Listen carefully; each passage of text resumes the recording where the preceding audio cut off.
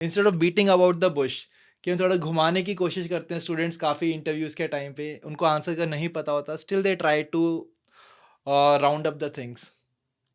अगर आपको थोड़ा बहुत भी हम्म। आइडिया है तो आप एक बार पहले उनसे पूछ लो कि sir, can I take a guess, as I do not have the complete knowledge, can I take hmm. A guess. So आपने उनसे परमिशन मांग ली और तब आप थोड़ा गैस करने की कोशिश करोगे तो भी वो बुरा नहीं मानेंगे। लेकिन अगर आप उन्हें बेवकूफ़ बनाने की हम्म। कोशिश करोगे तो वो अच्छा नहीं रहेगा आपके लिए।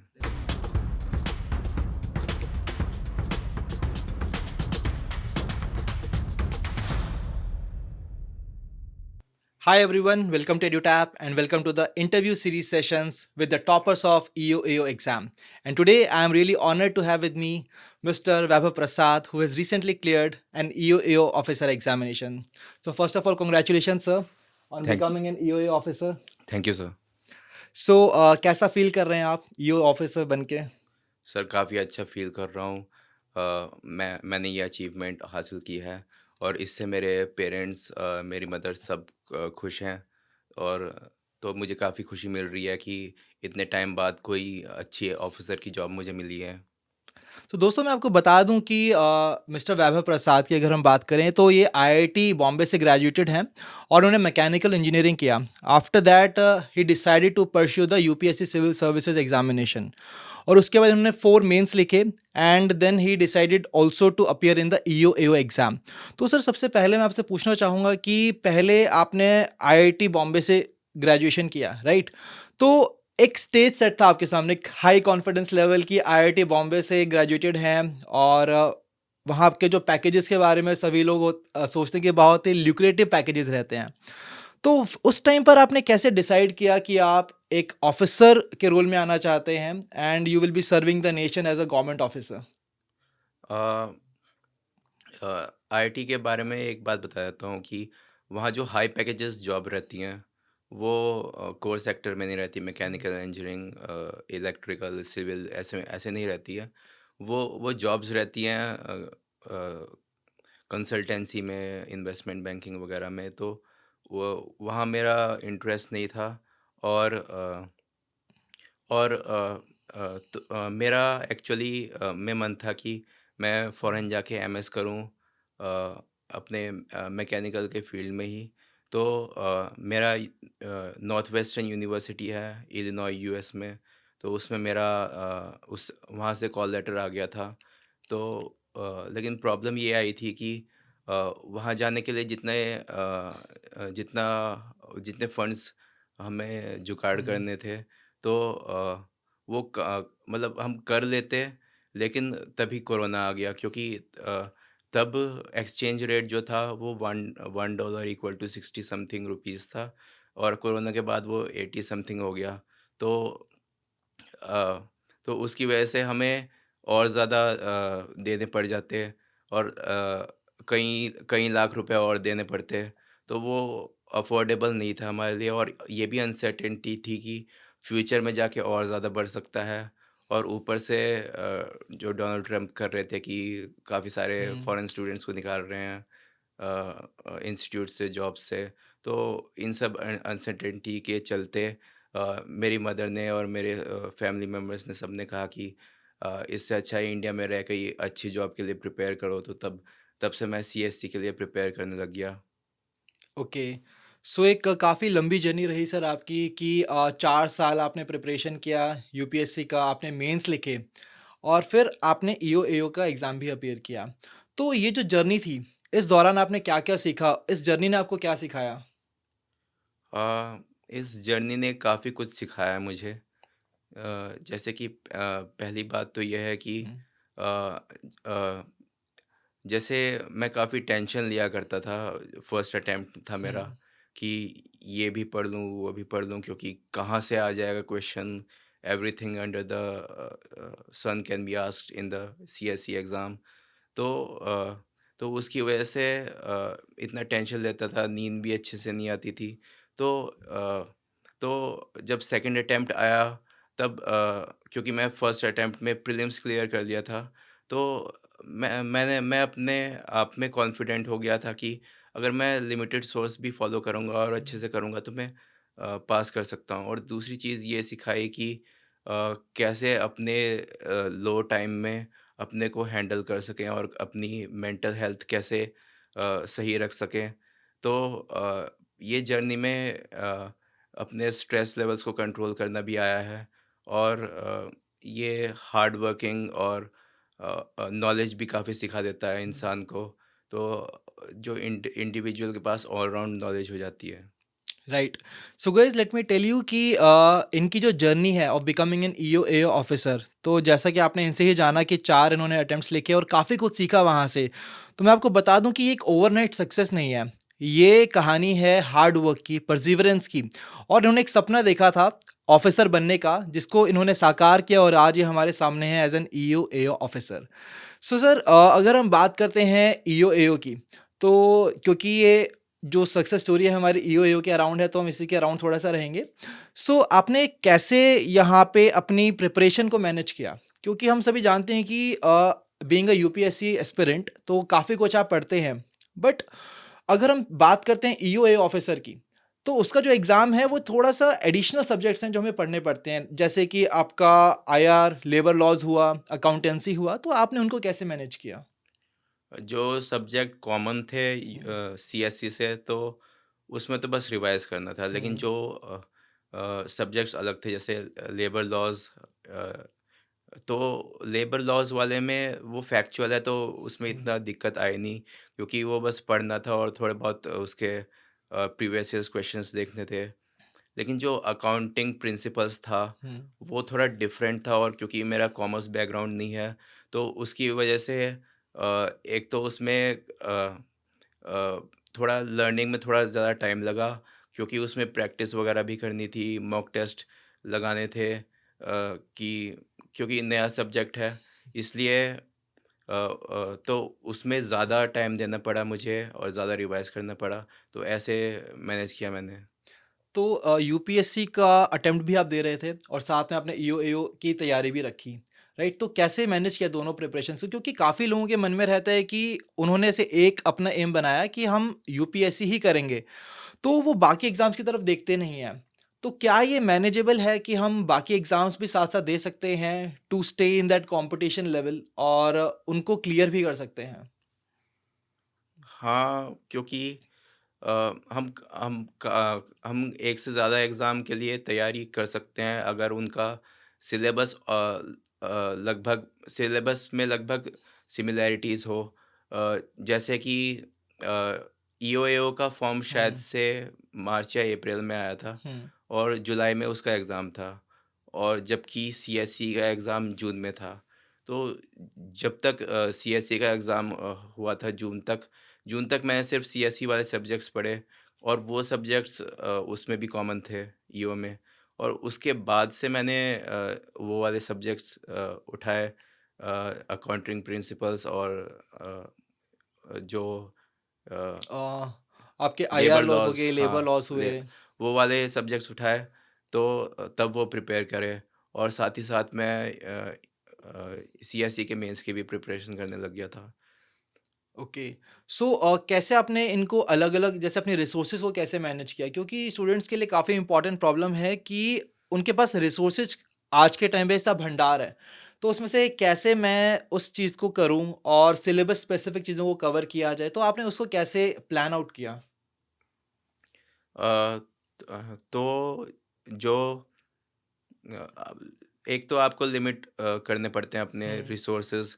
जैसे मैंने डिसाइड कर लिया कि इस पॉलिटी के लिए मैं हुँ, कोचिंग के नोट्स पढ़ लूँगा, हुँ, और थोड़े बहुत आर्टिकल्स देख लूँगा जो अ, जो ओरिजिनल आर्टिकल्स हैं। येस। और इसके साथ साथ जैसे हिस्ट्री के लिए हुँ, एक तो स्पेक्ट्रम पढ़ रहा था और थोड़े बहुत नोट्स देख लिए, और जो एनवायरनमेंट के लिए नोट्स फॉलो किए, हुँ, क्योंकि उसमें अपडेटेड इन्फॉर्मेशन चाहिए होती है। और तो और मैंने न्यूज़पेपर फॉलो कर लिया। न्यूज़पेपर की कंपाइलेशंस वो ज़्यादा नहीं देखी मैंने, लेकिन थोड़े बहुत देख लिए। तो थोड़े लिमिट किए अपने हुँ, रिसोर्सेज, जैसे कंपेयर टू जो मेरा फर्स्ट अटेम्प्ट था उसमें हुँ, अब ज़्यादा रिसोर्सेज रखते हो, आप पढ़ नहीं पाते हुँ, हो सब। तो एक तो टेंशन हो जाती है, ऊपर हुँ। से जितना अगर आप सब कुछ पढ़ने की कोशिश करोगे तो आप कुछ भी रिटेन नहीं रख पाओगे, तो उल्टा नुकसान ही देता है आपको। डेफ़िनिटली तो एक काफ़ी इम्पोर्टेंट मैसेज है सभी एस्पिरेंट्स के लिए कि हमें एंश्योर करना है कि हम अपने सबसे पहले रिसोर्सेज़ को मैनेज करें। ज़्यादा रिसोर्सेज़ की तरफ ना भागें और कोई अगर एक रिसोर्स हमने चूज़ किया है तो उस पे स्टिक रहें, उसको अच्छे से पहले कवर करें। हाँ। सो अपार्ट फ्रॉम दिस अगर हम बात करें अपने ईओ एओ के एग्ज़ाम की, तो अगर हम इसको कंपेयर करते हैं रिक्रूटमेंट साइकिल जो पहले इससे पहले एग्ज़ाम हुआ, राइट? तो हम हमेशा कहते हैं स्टूडेंट्स को कि जो हमारे प्रीवियस ईयर क्वेश्चंस हैं, वो सबसे इम्पोर्टेंट सोर्स हैं। बट यहाँ पर हमने देखा कि काफ़ी ज़्यादा डिफरेंस था डिफ़िकल्टी लेवल में एग्ज़ाम के। तो उस टाइम पर आपने कैसे उस डिफ़िकल्टी लेवल को मैनेज किया, अपने टेम्परामेंट को मैनेज किया, कंट्रोल किया कि ठीक है पेपर थोड़ा डिफ़िकल्ट आया, तो इस सिचुएशन को कैसे हैंडल करना है? तो एक ये काफ़ी इम्पोर्टेंट एस्पेक्ट है किसी भी एस्पिरेंट के लिए एक सरप्राइज़ मिल सकता है एग्ज़ाम के दौरान। हाँ, जो 2023 वाला हुँ, ईओ का पेपर था वो थोड़ा सरप्राइजिंग तो था, क्योंकि जो प्रीवियस ईयर्स हुँ, पेपर्स थे वो काफ़ी, उसमें क्वेश्चंस काफ़ी हुँ, इजी थे। लेकिन जैसे किसी भी एग्ज़ाम हो, कोई भी कॉम्पिटिटिव एग्ज़ाम हो, अगर उसमें पेपर टफ आया है तो वो सबके लिए टफ होता है। हुँ, तो इसलिए आपको तब आपके अपने मन को शांत रखना होता है, और मतलब आप बस वो क्वेश्चंस अटेम्प्ट करो पहले जो थोड़े इजी हो, आपको आते हों, और धीरे धीरे आपका कॉन्फिडेंस लेवल बढ़ेगा। और आपको तब ये नहीं सोचना है कि कट ऑफ क्या जाएगी, ऊपर जाएगी नीचे जाएगी, आपको बस अपना बेस्ट देना है और अपने मार्क्स मैक्सिमाइज करने हैं, अपने अटेम्प्ट्स मैक्सिमाइज करना है, एरर्स रिड्यूस करते हैं बस। एब्सोल्युटली। तो यहाँ पे एक बहुत ही इम्पोर्टेंट क्वेश्चन मेरे माइंड में आ रहा है, सभी एस्पिरेंट्स के लिए भी काफ़ी इम्पोर्टेंट है ये, कि आपने जैसे 4 यूपीएससी के मेंस लिखे, बट अनफॉर्चुनेटली आप उसे you are not able to clear them, right? तो कोई आपने अप्रोच के अंदर चेंज किया कि जब आपने ईओ ऑफिसर का एग्जाम दिया तो कि अब पहले मैं एक इस अप्रोच के साथ चलता था, अब मैं इसमें कुछ स्लाइट चेंजेस करता हूँ सो दैट कि ईओ ऑफिसर में मेरी परफॉर्मेंस और बेटर रहे। अ, ऐसा तो नहीं था। मतलब अप्रोच तो मैंने चेंज नहीं की, क्योंकि ईओ एओ जो हम्म, एग्ज़ाम था वो ऑब्जेक्टिव टाइप था। हम्म, और ऑब्जेक्टिव टाइप जो प्रीलिम्स होता है सीएससी हम्म, का, वो मैं क्लियर ही कर रहा था। तो ऑब्जेक्टिव टाइप में मेरे हम्म, कोई प्रॉब्लम रही नहीं है। मेरी प्रॉब्लम आती थी मेंस एग्ज़ाम में। हम्म, उसमें काफ़ी फास्ट लिखना होता है, और क्लीन हैंड राइटिंग भी होनी चाहिए हम्म, आपकी, और काफ़ी सारे पॉइंट्स आने चाहिए आपके अच्छे से सोच के। अ, तो मतलब उस फील्ड में मेरे प्रॉब्लम आती है, लेकिन ऑब्जेक्टिव टाइप में नहीं थी। ओके। सो बेसिकली काफ़ी इम्पोर्टेंट था कि आपने अपनी अप्रोच जो आपने पहले से ही बनाई हुई थी, जो आपको हेल्प कर रही थी यूपीएससी के प्रीलिम्स एग्जाम के लिए, तो उसने आपको हेल्प किया in the EO A officer हाँ, एग्जाम एज वेल। सो इसके बाद हमने देखा कि जब ईओ ए ऑफिसर का हमारा रिक्रूटमेंट टेस्ट हुआ, तो उस टेस्ट का रिजल्ट आया और उसके बाद लगभग 1 साल बाद इंटरव्यू की डेट्स आउट हुई।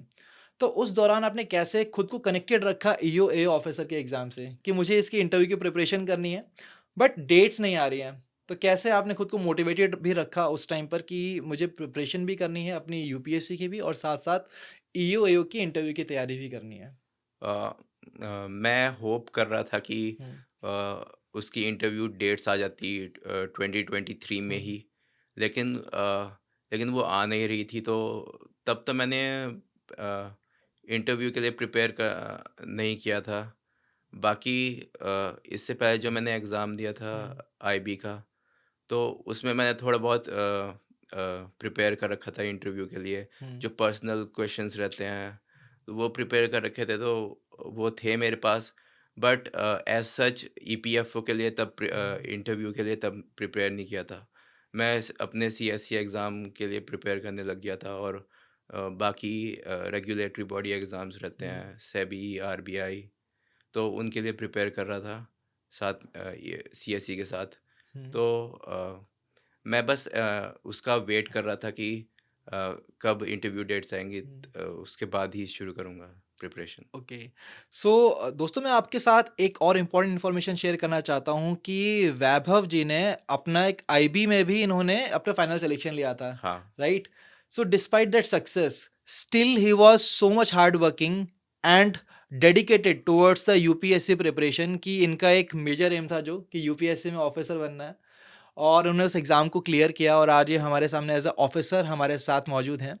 सो अगर हम बात करें सर, जैसा आपने बताया कि यूपीएससी का जो आपका एक सिलेबस है, थोड़ा बहुत तो हेल्प करता है ईओ एओ के लिए, राइट? हाँ। बट अगर कोई ऐसा एस्पिरेंट है जो लाइक एसएससी सीजीएल की प्रिपरेशन करता है या किसी बैंकिंग एग्जाम की प्रिपरेशन करता है, तो क्या आप उससे सजेस्ट करेंगे कि क्या वो भी सपना देख सकते हैं EO AO officer exam clear करने का? हाँ, बिल्कुल देख सकते हैं कि बस उन्हें थोड़ा जो हिस्ट्री, हम्म। पॉलिटी ऐसे सब्जेक्ट्स हैं, और इकोनॉमी भी, हम्म। जो ऐसे सब्जेक्ट्स हैं तो उनमें अच्छे से ज़्यादा और ज़्यादा मेहनत करनी पड़ेगी, क्योंकि आप सीएसई एस्पिरेंट्स से भी हम्म। compete करेंगे वहाँ पर। तो अगर आप अच्छे से मेहनत करेंगे, अच्छे हम्म। से मॉक टेस्ट लगाएंगे, अच्छे से प्रैक्टिस करेंगे, तो बिल्कुल आप सीएसई एस्पिरेंट्स को भी पछाड़ सकते हैं और ईओ ऑफिसर बन सकते हैं। So I think this is going to act as an very encouraging words for all the people जो एसएससी सीजीएल या बैंकिंग एग्जाम्स की प्रिपरेशन कर रहे हैं, कि वो भी ईओ एओ का सपना देख सकते हैं और उसे साकार भी कर सकते हैं। बिल्कुल सर। सो यहाँ पर एक काफ़ी इंपॉर्टेंट चीज़ यह आती है कि जैसा आपने बताया कि आप वेट कर रहे थे डेट्स का इंटरव्यू की, तो इंटरव्यू की प्रिपरेशन आपने कैसे की? जैसे ही इंटरव्यू की डेट्स आई, तो वैसे ही जैसे मेरे टेलीग्राम्स में काफ़ी कोचिंग इंस्टीट्यूट से जुड़ा हुआ हम्म। हूँ, तो जैसे एडिटर से भी जुड़ा हुआ था, हम्म। तो वहाँ पे मैंने पोस्ट देखी कि इंटरव्यू गाइडेंस प्रोग्राम है, और वो मैंने ज्वाइन कर लिया। तो उसमें उसमें काफ़ी अच्छे से वीडियोस बनाई गई हैं कि किस टाइप के एक्सपेक्टेड क्वेश्चंस हैं और कैसे आंसर हम पता लगाएंगे, कैसे ईपीएफओ के बारे में नॉलेज गेन करनी है। और इसके साथ साथ उसमें काफ़ी वीडियोस थी रिगार्डिंग कि कैसे मैनरिज्म्स रहने चाहिए हम्म। इंटरव्यू में, कैसे पोलाइटली हम इंटरव्यूअर से बोल सकते हैं कि हमें थोड़ा और टाइम चाहिए क्वेश्चन आंसर करने के लिए, और कैसे हम इंटरव्यूअर से कह सकते हैं कि हमें आंसर नहीं पता है इन अ पोलाइट मैनर। तो ये सारी चीज़ें बहुत इम्पोर्टेंट होती हैं हमारे इंटरव्यू की हम्म। सक्सेस के लिए। तो ये सब मेरे जो इंटरव्यू में इंटरव्यू गाइडेंस प्रोग्राम हाँ, एडवर्टैप ने प्रोवाइड किया, आपने हाँ, वहाँ से सब चीज़ें सीखी। हाँ। और इसके साथ साथ जो इस प्रोग्राम हम्म। में मॉक इंटरव्यू भी कराया गया था। हम्म। उस मॉक इंटरव्यू में अलग अलग टाइप के क्वेश्चंस पूछे, करंट अफेयर्स से हम्म। रिलेटेड, इंटरनेशनल रिलेशंस, डिफेंस और ईपीएफओ से रिलेटेड भी काफ़ी क्वेश्चंस थे। हम्म। तो एक ऑल राउंड कवरेज था, और काफ़ी अच्छी फीडबैक भी उन्होंने दी। हम्म। उन्होंने कहा था कि मेरा जो नॉलेज का पार्ट है हम्म। वो तो सही है, लेकिन मुझे अपनी कम्युनिकेशन स्किल्स पे हम्म। काम करना पड़ेगा। तो उसके लिए अ, मैं जो मैंने क्वेश्चंस प्रिपेयर किए थे हम्म। ईपीएफओ के लिए, वो अपने लैपटॉप में क्वेश्चंस रखता था और अ, उन्हें बोलता था उनके आंसर्स, और वो साथ में मेरे फ़ोन में रिकॉर्ड करता रहता था और दोबारा सुनता था। तो ऐसे इम्प्रूव किया, और हम्म। मैंने एक इंस्टीट्यूट भी जॉइन किया हम्म। स्पीकिंग के लिए, और वहाँ जाता था मैं। तो ओबरॉय सर थे, तो वो कोई हम्म। भी टॉपिक दे देते थे और उसके लिए उस पे 5 मिनट्स बोलना पड़ता था सबके सामने। तो वो उससे भी कॉन्फिडेंस गेन होता है, और काफ़ी सीखते हैं, और कम्युनिकेशन स्किल्स हम्म। काफ़ी इम्प्रूव होती हैं। तो ये सारी इनसाइट्स मुझे एडुटैप के मॉक इंटरव्यू से मिली थी कि मुझे कम्युनिकेशन स्किल्स पे काम करना है, क्योंकि इंटरव्यू में सिर्फ नॉलेज नहीं देखते हम्म। हैं, अपने आपका पूरी पर्सनैलिटी देखते हैं। तो अभी जिस तरीके से आप बात कर रहे हैं, मुझे बिल्कुल नहीं लग रहा कि आपकी कम्युनिकेशन स्किल्स में कोई भी प्रॉब्लम है, क्योंकि आप मेरे हिसाब से तो बहुत ही अच्छा बोल रहे हैं, राइट? और दोस्तों, एक बड़ी इंपॉर्टेंट चीज़ है जो मैं आपको यहाँ पर हाईलाइट करना चाहता हूँ कि ठीक है, आप बहुत सारे इंटरव्यूज़ देखते हैं, स्ट्रैटेजीज़ लेते हैं वहाँ से कि कैसे उन्होंने अपनी जर्नी, ये सफ़र तय किया ईओ एओ ऑफिसर बनने का। बट एक चीज़ जो वैभव जी से हम सीख सकते हैं, और वो ये है कि सी आप आईआईटी बॉम्बे से ग्रेजुएटेड हैं, यूपीएससी के 4 मेंस लिख चुके हैं, राइट? तो एक कॉन्फिडेंस लेवल आपका अलग ही होता है। बट उस टाइम पर भी एक एक्सेप्टेंस नाम की एक चीज़ होती है कि अगर हमारे अंदर कोई ऐसी शॉर्टकमिंग है, तो उसको हम सबसे पहले एक्सेप्ट करें और उसके ऊपर काम करें। जैसा कि इन्होंने इस पे बहुत अच्छे से काम किया। इनको पता चला उस फीडबैक से कि इनकी कम्युनिकेशन स्किल्स पर इनको काम करना चाहिए। तो इन्होंने सबसे पहले एक्सेप्ट किया कि हाँ, ठीक है, मुझे इस पे करना चाहिए, मैं खुद को और बेहतर कर सकता हूँ। और उन्होंने इस पे बहुत अच्छे से काम किया और आज हम देख सकते हैं रिज़ल्ट हमारे सामने है कि हमें बिल्कुल नहीं लग रहा कि इनकी कम्युनिकेशन स्किल्स के साथ कोई भी प्रॉब्लम थी। So sir, it is really great. I think मतलब मैं तो ये लर्निंग लेके जा रहा हूँ इस इंटरव्यू से। आई होप कि आप भी अपनी इस जर्नी में ये लर्निंग लेकर चलिए कि एक्सेप्ट कीजिए चीज़ों को, अगर आप अपने अंदर कुछ ऐसा आइडेंटिफाई करते हैं तो। तो जैसा आपने बताया कि इंटरव्यू गाइडेंस प्रोग्राम आपने लिया था, तो अगर हम उसको कंपेयर करें विद द एक्चुअल इंटरव्यू, तो कैसे उस प्रोग्राम ने आपकी हेल्प की इन क्लियरिंग द फाइनल इंटरव्यू? जो फाइनल इंटरव्यू था हम्म। यूपीएससी में, वो वो वैसे तो क्वेश्चंस तो बिल्कुल ही अलग हम्म। थे as compare to mock interview in Edutap. Edutap में उन्होंने ऑल राउंड क्वेश्चन पूछे थे, हम्म। ईपीएफओ से पूछे थे, IR, current affairs, defence etcetera. तो लेकिन एडुटैप जो ईपीएफओ के हम्म। जो बोर्ड में मैं अंदर गया था, हम्म। तो वहाँ पे चेयरमैन सर थे हम्म। और दो अदर मैम थी। तो चेयरमैन सर ने डायरेक्टली पहले तो मेरा देखा, डेफ। डेफ देखा। तो उसमें एक बार उन्होंने डेफ पढ़ा। हम्म। उसके बाद बोलने लगे कि अ, आप सबसे पहले गवर्नमेंट स्कीम्स बताओ। हम्म। तो उड़ान scheme, Uday scheme, Ujjwala scheme, Ujala hmm. Scheme, you से जितनी भी स्कीम्स थी अच्छा। सारी पूछ डाली। उसके बाद अपना अकाउंटेंसी का वो टेक्निकल हम्म। पार्ट पूछने लगे, कि बैलेंस शीट क्या होती है, और और बैलेंस शीट है, हम्म। और प्रॉफिट एंड लॉस अकाउंट क्या है, और करंट लायबिलिटी क्या हम्म। है, और इसके अलावा आपका आपका बेस्ट आपका फेवरेट लीडरशिप स्टाइल क्या है। हम्म। तो पहले तो इन्होंने सारे टेक्निकल हम्म। क्वेश्चंस पूछे जो मैंने सारे बता दिए। तो उसके बाद मुझे ऐसा लगा कि एक तरह से इंटरव्यू कंप्लीट हो चुका है। हम्म। और फिर जब बाकी बोर्ड मेंबर्स थे, हम्म। जो पहली मैम थी, उन्होंने मेरा जो यूपीएससी में ऑप्शनल हम्म। सब्जेक्ट है एंथ्रोपोलॉजी, उससे क्वेश्चंस पूछे। और फिर दूसरी मैम ने उनसे क्वेश्चंस मेरे होम स्टेट से क्वेश्चंस हम्म। पूछे। तो मुझे ऐसा लगा कि जैसे मैंने जो टेक्निकल पार्ट है हम्म। वो क्वेश्चंस परफेक्टली आंसर कर दिए। तो हम्म। उसके बाद थोड़े लीनियंट क्वेश्चंस आए मेरे मुझसे। सॉरी। और जो बाकी कैंडिडेट्स थे वहाँ पर, हम्म। तो वो तो ऐसे बता रहे थे कि मैम तो पॉलिटी से बहुत क्वेश्चंस पूछ रही हम्म। है, हिस्ट्री से बहुत क्वेश्चंस पूछ रही हैं। तो तो मुझे ऐसा लगा कि जो ईपीएफओ का बोर्ड था जो हम्म। मुझे मिला था, हम्म। तो वो जो ईपीएफओ की टेक्निकल नॉलेज है, अकाउंटिंग प्रिंसिपल्स वगैरह, तो उस पे ज़्यादा फोकस कर रही है। हम्म। और बोर्ड टू बोर्ड पे डिपेंड करता है। हम्म। तो बट जो एडुटैप का बोर्ड था, हम्म। उन्होंने मुझे एक तरह से प्रिपेयर कर दिया कि वाइड जो भी उन्होंने क्वेश्चंस पूछे, हम्म। कि कहीं से भी क्वेश्चंस आ सकते हैं, तो एक तरह से आंसर करने का तरीका सिखा दिया और मुझे वैल्यूएबल फीडबैक दी कि मेरा नॉलेज अच्छा है और हम्म। मुझे अपने कम्युनिकेशन पे काम करना होगा। ओके। और आपने उस पे काम किया एंड हाँ। The rest is history. हाँ। सो अगर हम बात करते हैं पैनल की, तो जो पैनल था वो कैसा था? पैनल जो आपका एक्चुअल पैनल था इंटरव्यू के लिए। पैनल तो पैनल तो फ्रेंडली और स्ट्रिक्ट के बीच में ही था, हम्म। मॉडरेट कह सकते हैं। क्योंकि वो एक तरह से आपका मॉरल डाउन भी करने की हम्म। कोशिश करते हैं कि जैसे मैंने बताया था आंसर की बैलेंस शीट जो है, हम्म। वो कंपनी की पोजीशन बताता है। हम्म।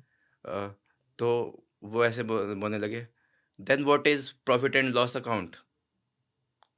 तो hmm. They try to unsettle you, to see your reaction, कि आप स्ट्रेस कैसे हैंडल करते हैं। वो कंफ्यूजन डालते हैं आपके माइंड्स में। Very important point. तो दोस्तों यहाँ पे एक काफ़ी इंपॉर्टेंट चीज़ है कि आपको अनसेटल करने की कोशिश की जाएगी ड्यूरिंग द इंटरव्यू। तो उस टाइम पर कैसे आपने हैंडल किया ऐसे सिचुएशन को? जो मैंने अच्छे से पढ़ रखा था, हुँ, और मुझे पता था कि जो मैंने बोला है वो सही है। हुँ, बैलेंस शीट जो करता है वो बताया मैंने, और फिर मैंने प्रॉफिट एंड लॉस अकाउंट भी एक्सप्लेन कर हुँ, दिया। तो अगर आपकी नॉलेज सही है तो आपको कोई अनसेटल नहीं कर सकता। आप कॉन्फिडेंट रहोगे अपने आप में। आप कॉन्फिडेंस तभी यूज़ करोगे जब आप कहीं हुँ, लैग करोगे, नॉलेज में लैग करोगे, या फिर अपने स्ट्रेस लेवल को मैनेज करने में लैग हुँ। करोगे। That's we called a rock strong mindset I would say. तो सर अगर like there might be a case जहाँ पर you are having the lack of knowledge, जहाँ पर आपको उस क्वेश्चन का आंसर नहीं आता, तो ऐसे सिचुएशन को कैसे टैकल किया जाए? तो जैसे कि अपने इंटरव्यू हुँ, प्रोग्राम में बताया गया था कि आपको पोलाइटली इंटरव्यूअर से बोलना है कि हुँ, sir, I do not know the answer to this question. I will definitely try to find the answer after the interview. तो ऐसे पोलाइटली आपको उन्हें जवाब दे देना है। और तो हुँ, ऐसा ऐसा वो बुरा नहीं मानेंगे, हुँ। क्योंकि आप हर किसी को हर आंसर तो पता नहीं हो सकता। Definitely very well said. तो हम्बलनेस और पोलाइटनेस से अगर हम एक्सेप्ट करें उस चीज़ को एंड ईगरनेस भी दिखाएं थोड़ी कि हाँ, after the interview we can also find out the answer, तो definitely it will work for us instead of beating about the bush, कि हम थोड़ा घुमाने की कोशिश करते हैं। स्टूडेंट्स काफ़ी इंटरव्यूज़ के टाइम पे उनको आंसर का नहीं पता होता, still they try to round up the things. अगर आपको थोड़ा बहुत अभी हम्म, आइडिया है तो आप एक बार पहले उनसे पूछ लो कि sir, can I take a guess, as I do not have the complete knowledge, can I take hmm, a guess. So आपने उनसे परमिशन मांग ली, और तब आप थोड़ा गैस करने की कोशिश करोगे तो भी वो बुरा नहीं मानेंगे। लेकिन अगर आप उन्हें बेवकूफ़ बनाने की हम्म। कोशिश करोगे तो वो अच्छा नहीं रहेगा आपके लिए। Definitely, so that's the way how you can drive your own interview, right? So यहाँ पर आपने एक काफ़ी इंपॉर्टेंट चीज़ डिस्कस की कि इंटरव्यू मेंबर्स ने आपका डैफ रीड किया। तो आपके पूरे इंटरव्यू का जो एक्सपीरियंस था उसके अकॉर्डिंग आपको क्या लगता है कि डैफ की क्या इंपॉर्टेंस है? डेफ की इम्पोर्टेंस भी बोर्ड टू बोर्ड डिपेंड करेगी, हम्म, क्योंकि उन्होंने डेफ देखा और मुझसे बोला कि आपकी हॉबीज़ तो काफ़ी इंटरेस्टिंग है। हम्म, तो मुझे लगा कि हम्म, तो फिर लेकिन उन्होंने हॉबीज़ से क्वेश्चंस नहीं पूछे। मुझे लगा कि उन्हें पता हम्म, नहीं है इन हॉबीज़ के बारे में इतनी नॉलेज नहीं है। तो उन्होंने मेरे जो ऑप्शनल सब्जेक्ट था हम्म, यूपीएससी में, उससे क्वेश्चंस पूछ लिए। तो अ, मतलब डेफ आपको अच्छे से प्रिपेयर हम्म, करके जाना है, क्योंकि क्या पता आपको कोई और बोर्ड मिल जाए। अगर मुझे कोई हम्म, और बोर्ड मिलता है तो और वो डेफ से ही क्वेश्चंस पूछते। हम्म, तो लेकिन आपको सब कुछ प्रिपेयर करना है, डेफ हम्म, भी, अपने ईपीएफओ से रिलेटेड क्वेश्चंस हम्म, भी, जो ईपीएफओ के एग्जाम्स में क्वेश्चंस पूछे हम्म, गए थे, अकाउंटिंग प्रिंसिपल्स, लेबर लॉज वगैरह, सब हम्म। आपको प्रिपेयर करके जाना है। ओके, सो डैफ इम्पॉर्टेंट भी है but still it is important कि कॉम्प्रिहेंसिव हमारी प्रिपरेशन होनी चाहिए बिल्कुल। For the interview. सो अगर हम बात करें इंटरव्यू का जो आपका एक्सपीरियंस था, राइट? तो एक काफ़ी अच्छा इंटरव्यू आपका रहा। तो जैसा आपने मेंशन किया अबाउट योर हॉबीज़, तो कितना हमें टेक्निकली और कितना सीरियसली अपने डैफ को लेना चाहिए कंसिडरिंग इट्स इम्पोर्टेंस? डेफ को हमें हमें सीरियसली ही लेना चाहिए, क्योंकि वो एक तरह से हमारी पर्सनैलिटी को दिखाता है। हुँ, तो डेफ में आपका एजुकेशनल बैकग्राउंड्स आ गया, और आपका एजुकेशनल बैकग्राउंड है, हुँ, आपने को करिकुलर एक्टिविटीज़ क्या करी है। जैसे मैं इवेंट्स मैनेजर था हुँ, अपने डिपार्टमेंट के फेस्टिवल में, हुँ, रेडियंस में।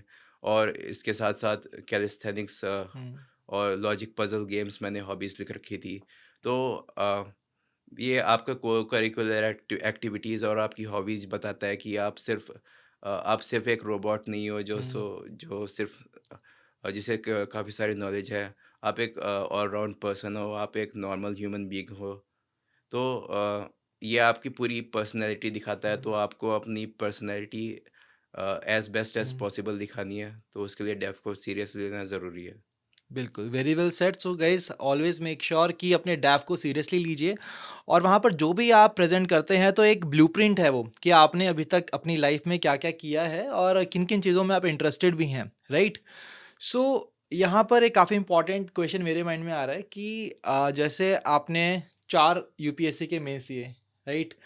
और एक टाइम आता है हर एक एस्पिरेंट की लाइफ़ में कि जैसा आपने आईआईटी बॉम्बे से आपने ग्रेजुएशन किया, कॉन्फिडेंस लेवल एकदम अलग, राइट? उसके बाद आपने डिसाइड किया कि मुझे यूपीएससी की प्रिपरेशन करनी है।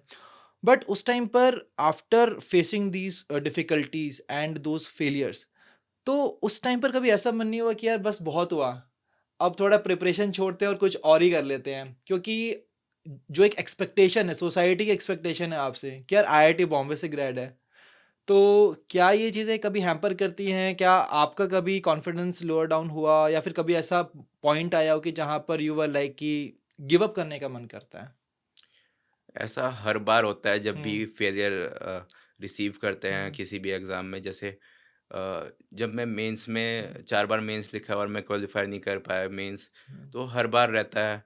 और थर्ड टाइम मुझे काफ़ी ज़्यादा था, हुँ, जो थर्ड अटेम्प्ट में जो फेलियर मिला था, तो काफ़ी ज़्यादा सेटबैक मिला था, क्योंकि थर्ड अटेम्प्ट में मैं काफ़ी अच्छे से प्रिपेयर करके गया था। लेकिन हुँ, और ऐसा हमेशा होगा कि आप थोड़ा सैड फ़ील करोगे, हुँ, लेकिन आपको आगे भी प्रिपेयर करना है। अगर आप उसी फ़ील्ड में जाना चाहते हो, हुँ, आप अपनी फ़ील्ड चेंज कर सकते हो, लेकिन हुँ, अगर आप एग्ज़ाम देना चाहते हो, तो आपको अपने आप को थोड़ा टाइम देना पड़ेगा, क्योंकि अगर जैसे ही आप हुँ, फ़ेल होते हो एग्ज़ाम में, तो उसमें आपके इमोशंस बहुत हाई रहते हैं। हुँ, और अगर आप पढ़ने की कोशिश भी करोगे, तो your emotions will not let you study. तो उसके लिए आप थोड़ा अपने माइंड को डिस्ट्रैक्ट कर सकते हो। जैसे आप एक्सरसाइजेस कर सकते हो, जैसे मैं हुँ, कैलिस्थेनिक्स करता था। और टाइम पास करने के लिए नेटफ्लिक्स पे मूवीज़ देख लिया, हुँ, कुछ और कर लिया, एक तरह से एंटरटेनमेंट कर लिया। तो थोड़ा 1-2 हफ्ते दो अपने आप को, थोड़ा-थोड़ा पढ़ते रहो हुँ, साथ में। और तो ऐसे धीरे-धीरे करते-करते 1-2 मंथ में आपका इमोशनल स्टेट हुँ। नॉर्मल हो जाएगी, और आप अच्छे से पढ़ने भी लगोगे और नेक्स्ट अटेम्प्ट दे सकते हो आप, इस तरह से। Beautifully said. तो सर की इस बात से ना एक कोट मेरे माइंड में आता है कि success is not final and failure is not fatal. It is the it is your comfort and also it is your courage to continue that what basically matters a lot. So sir आपकी जो journey है, आपने बहुत कुछ सीखा यहाँ से और इसी तरीके से आप हमेशा आगे बढ़ते रहेंगे। हम बस प्रे करते हैं कि आगे आपका अगर कोई और एम है कि आपको यूपीएससी का आपका एक सपना है कि अगर आप उसकी तरफ भी जाएँगे, so very important for that. So apart from this हमारी लाइफ में ना जब हम एस्पिरेंट होते हैं, जैसा आपने मेंशन किया कि काफ़ी टाइम ऐसा होता है कि स्ट्रेसफुल रहते हैं हम, तो उस टाइम पर एक सपोर्ट सिस्टम हमें ज़रूरी है। तो हाँ। आपके लिए वो क्या सपोर्ट सिस्टम था? आपकी फैमिली, फ्रेंड्स या और any other person that you would like to mention? तो मेरे लिए सपोर्ट सिस्टम मेरी फैमिली थी, और ख़ास करके मेरी मदर। तो मैं अपनी नानी के यहाँ रह के प्रिपेयर हुँ, कर रहा था देहरादून में, और मेरी मदर रुड़की जॉब करती हैं। तो मेरी मदर क्योंकि उनकी सैटरडे संडे छुट्टी रहती थी, तो फ्राइडे नाइट को वो आ जाती थी देहरादून, और मंडे मॉर्निंग चली जाती थी अपनी जॉब में। तो उनके साथ होने से काफ़ी सपोर्ट मिलता था मुझे। और वो उनकी तरफ से ऐसा कोई प्रेशर नहीं था अ, कि तू जल्दी क्वालिफ़ाई कर ले, या फिर ऐसे कुछ। तो वो सपोर्ट करती थी कि मैं तुझे सपोर्ट कर रही हूँ, तू एग्ज़ाम क्लियर कर, और अच्छे से पढ़।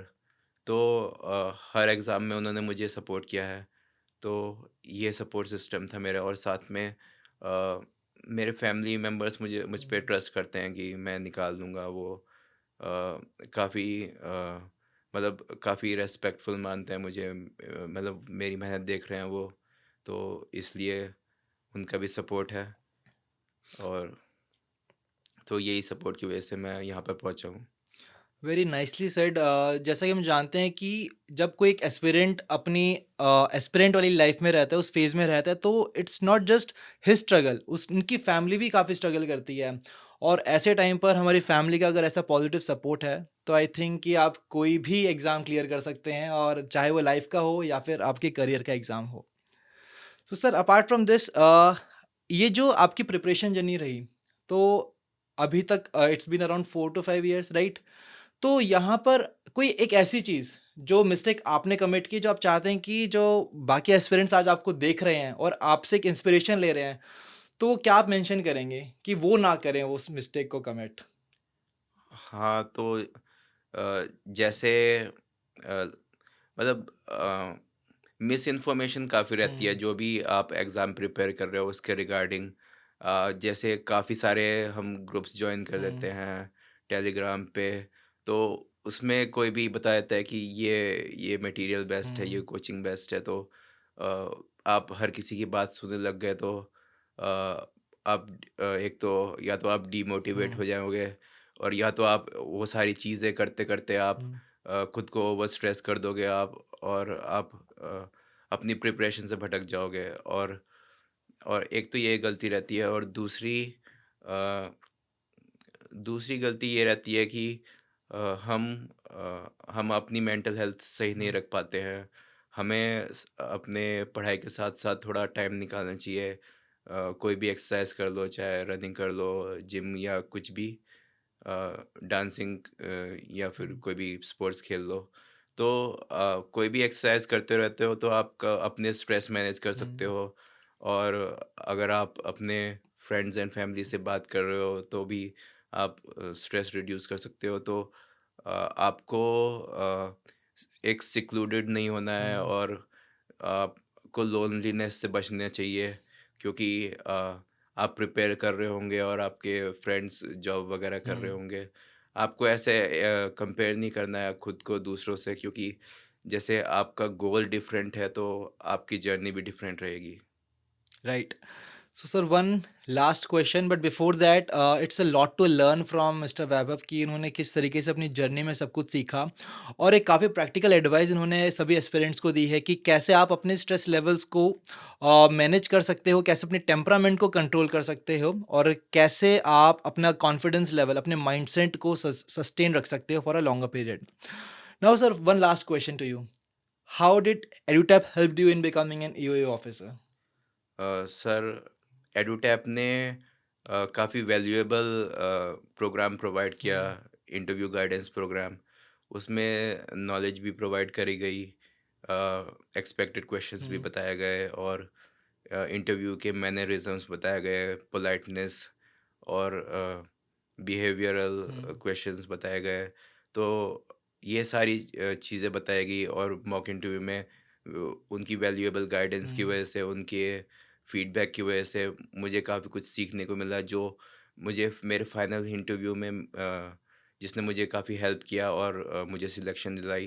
तो तो इसलिए एडुटैप की तरफ से भी काफ़ी कंट्रीब्यूशन है मेरी सक्सेस में, और मैं दिल से उन्हें थैंक यू बोलना चाहता हूँ, एडुटैप की पूरी टीम को और आपको। तो thank you sir. Thank you. So it's really great कि, और हमारी टीम के लिए भी काफ़ी encouraging होगा ये, that we have also made some contribution to his success as an EOA officer. So दोस्तों, एक काफ़ी इम्पॉर्टेंट जर्नी और एक अप्स एंड डाउन्स वाली जर्नी सर की रही, और इन्होंने काफ़ी कुछ सीखा है, और आप इनकी जर्नी से काफ़ी कुछ सीख सकते हैं। And we will keep on coming up with such kind of more interview sessions. Now once again congratulation sir for being an EOA officer, and I wish कि आपकी जो आगे आने वाली लाइफ है काफ़ी अच्छी हो और करियर काफ़ी अच्छा हो। सो गाइज, आई बिलीव कि आप सभी काफ़ी कुछ सीखेंगे इनकी जर्नी से। So we will keep on coming up with such more sessions. Till then, stay happy, stay healthy. Wish you all happy learning.